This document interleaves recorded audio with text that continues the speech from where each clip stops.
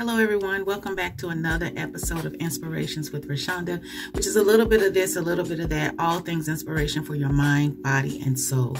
So today I want to talk about mental health. But a lot of times when the Lord is dealing with me about something, I got a lot of stuff to write down. A lot of times that's why I'll just do the music, or you'll just see a picture and I'm behind the scenes because it's so much I'm reading, and I want to make sure that I'm saying and getting out exactly what he gave me to write down. Now, sometimes I can wing it, but sometimes I can't. So this is going to be like a little wing it, and then you're not going to see me no more. You're going to see a picture because I got to get it out. I got to read what God has given me. But listen, we want to talk about mental health because I went through something last week that happened on my job, and sometimes things could happen or people can say things to you, but you don't really think about what they said until after the fact. And it's like, where did that come from? And something happened, and I got very discouraged about it. And when I went to the Lord and I talked to God, I didn't talk to God really about that situation. I talked to God about something else. But what I realized was that when I woke up the next morning, that information of that situation was still playing in my head, and I was, thinking of things that I should have said, and in my mind I was playing like a film of them saying something and me giving a rebuttal to what they were saying. It was crazy. But what I told myself was, this is happening, Rashonda, because you did not process. I didn't allow myself to really process that situation, or to really sit with it, and then, let the Lord deal with me about the situation and what was going on and my involvement in it. I didn't totally surrender that over to God. I just kind of suppressed it and just kind of, let it slide under the rug a little bit. And that's not good for our mental health. Because what that's going to end up doing is allowing us to, every time I see this person or every time this situation comes up, I'm going to have an attitude. I'm not going to be feeling so well because I didn't allow myself to really think about it, to really process it the way it should have been. I suppressed it, so that's what I want to talk about today. I got some tips about what you can do, some things that I've done to kind of tame the beasts in my head, and it's very simple. You might do something else, but these are just some things that I've done. And I'm also going to give you some people that I follow on YouTube who help me a lot with my mental health and self-care. We're going to talk about that. I hope you get something out of the video, and I'll see you on the other side. So, how do we keep the voices in our head silent? This is what I do to keep the voices in my head silent. So the first thing is, first admit there's an issue. Listen, you'll be surprised at the many people that just suppress their problems and keep them moving. It's bothering them, but they don't know how to deal with it. So they put everything else on top of the issue to drown out the problem. This is a big mistake. Admitting is acknowledging. And when you become aware of that, you can deal with the issue differently. So that's the first one. You have to first admit that there's a problem. And like I said, sometimes a lot of people don't want to admit that. They don't want to admit they got an issue. They don't want to admit they got a problem. They want to make sure and just look like everything is okay. But it is London Bridge falling down on the inside of them. And we live in a world today where people feel like they can't talk to anybody. They can't, I don't have anybody to talk to. And I'm going to get into that in a minute. But, and then they go and then they do something drastic. I read something the other day about a young lady. She was an African-American woman who, she seemed like, it's amazing how people can look so well on the outside. Like they got everything in the world going on. But it's a mind thing. It's a mental battle going on in their head. And looking at this young lady, she was just 30 years old. She looked like she had everything going for herself. She was once crowned Miss USA. Everything was going good, it seemed. But I read that she jumped out of a window from I think it was like a 22-story building. And she just jumped out the window and fell to her death. It's beyond me, but I understand being in that situation. I've done it many times where, people ask the question. And sometimes I think people just ask because it's customary. Oh, how you doing? Oh, okay. And you say, oh, I'm doing fine. Oh, okay. And then they move on. But, instead of really asking, no, how are you doing? How are you feeling? Are you really doing okay? Is there something going on? I just want you to know that, hey, you can come and talk to me about anything. Nothing is off limits, and giving people that space to know that, hey, you can come to me, you can talk. I'm not going to judge you. I'm not going to look at you funny. I'm not going to move away from you, because that's the first thing that people think. Well, if I tell people something, then, they're going to judge me. No, there's no judgment here. I just want to help, so you can come to me for help. But admitting is acknowledging, and when you become aware of that, you can deal with the issue differently. Number 2, and I got into this, talk with someone. I know this step may be challenging, and it really is. And you may think, well, I don't have anyone I can talk to. I get it. Most people don't, which is why they don't admit it. That's the reason why people don't admit that there's something wrong. Well, I ain't got nobody to talk to. What people don't understand you. That's a trick of the enemy. That's a trick of the enemy to keep whatever you got going on inside of you. He wants to just keep it there because he wants you to keep waddling and thinking about all those emotions. It's a fire going on inside of you, and the enemy don't care.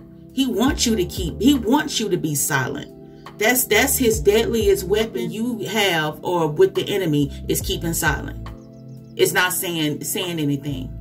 That's the most thing that he uses against people, because he don't want people to admit that, oh, don't, you better not say you got a problem. No, people going to be looking at you, and people are so self-conscious about things. No, you need to get it out. When you say it, then you release it. Then you can get help. So I get it. When people say, well, I don't talk to anybody, that's the reason why they don't admit it. People feel, they feel people won't understand. I am, and I have learned to talk to God about it. I've talked to God about things. That was something that happened to me last year, where I was working with a client, and I was working with them on a project, and they made the mistake of mentioning that, they was trying to, I guess, give me an analogy, and so, and they were like, when you go to Macy's, Macy's has all this, you go into their stores, it's so clean, you can find everything, and, it's just a clean store. But if you go into places like, Rue 21 or City Trends or Ross or places like that, they was like, soon as you walk in, it's messy, like things, you can't really find what you're looking for and all this. And she said, that's what your creativity is. Your creativity is like that messy department store, and I need you to be Macy's. And I'm thinking to myself, what? I didn't really think about it until I actually got off, the call with them. And I was like, did she just, say that my creativity was that of a messy department store? I'm laughing about it now, but at the time, it really hurt my feelings. It hurt me to the core. And I didn't have anybody that I can go to and talk to about that. Like, that hurted me. You talking about my business. You talking about what I do. But what happened was I was so distraught over what she said until I went to God. When I say I talked to God, I laid it all out. I told God how I was feeling. I told God how I felt about them at the time, what I wanted to say, my rebuttal, and everything. And in that moment, when I was talking to God, he calmed my spirit.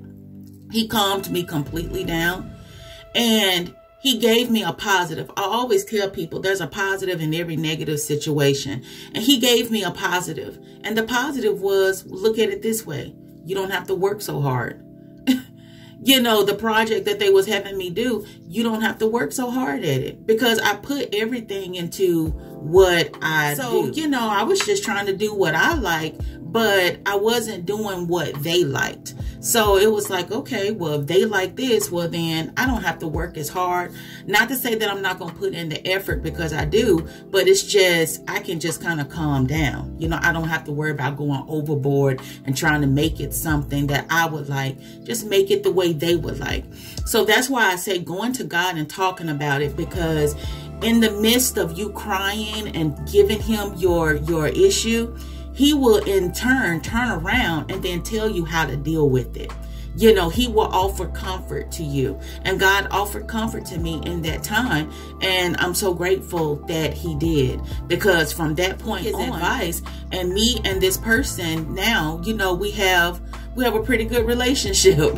So, I'm grateful. And then I didn't go off, because if I had went off and I had been in the flesh and said some stuff, I would have ruined that relationship. And so, God knows all things. So talk to God.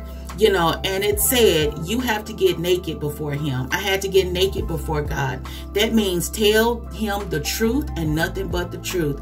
It's like going to a counselor. They ask you what the problem is because they don't know beforehand. So they're asking you, well, what's your problem today? Well, they don't know you, especially if you go, I would suggest if you go to a counselor, go to somebody that you don't know.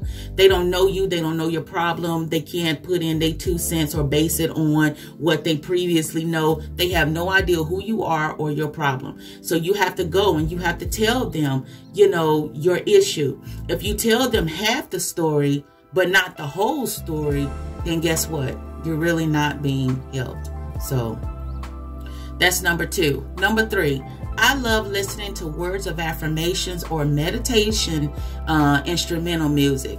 It has a way of calming the beast inside me that wants to become the Incredible Hulk and start throwing cars and buildings and everything.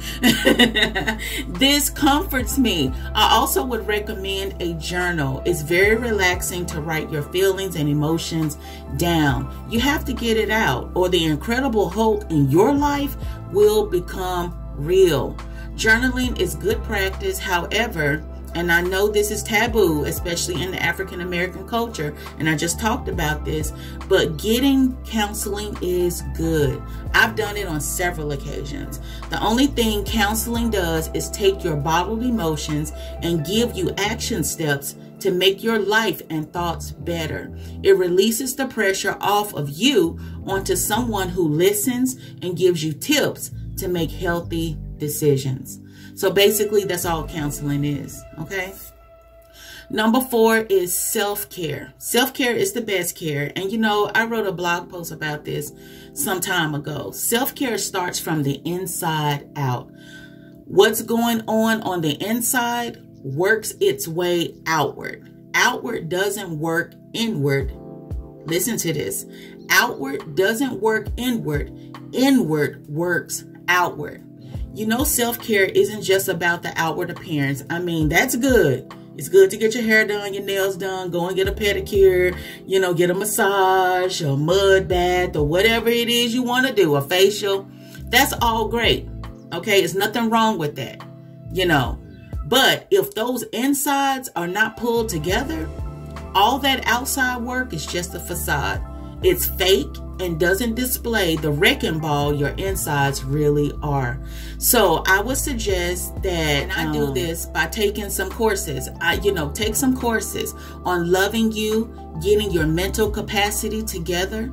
I recently last month joined a shut-in, which was hosted by Righteous Wives founder Shakara, and you can follow her find her YouTube channel here on YouTube. And let me tell you, that was the best thing I could have ever done or participated in. It was nice to be surrounded by like-minded women in the same boat as me, or who had accomplished something that I was working on. It was an excellent upliftment for my mind and soul. So follow people helping your mind, body, and soul. Sometimes they hold seminars, courses, or etc. that would help you. Follow people that are going to uplift you, encourage you, and in some instances, provide the self-care that you really need mentally, physically, and spiritually. Another person I follow is Trent Shelton, and he's amazing. On so many times when he's texted, because I'm part of his text community, it's been helping me mentally and spiritually, because most of the things that I've talked to God about, he's texting it.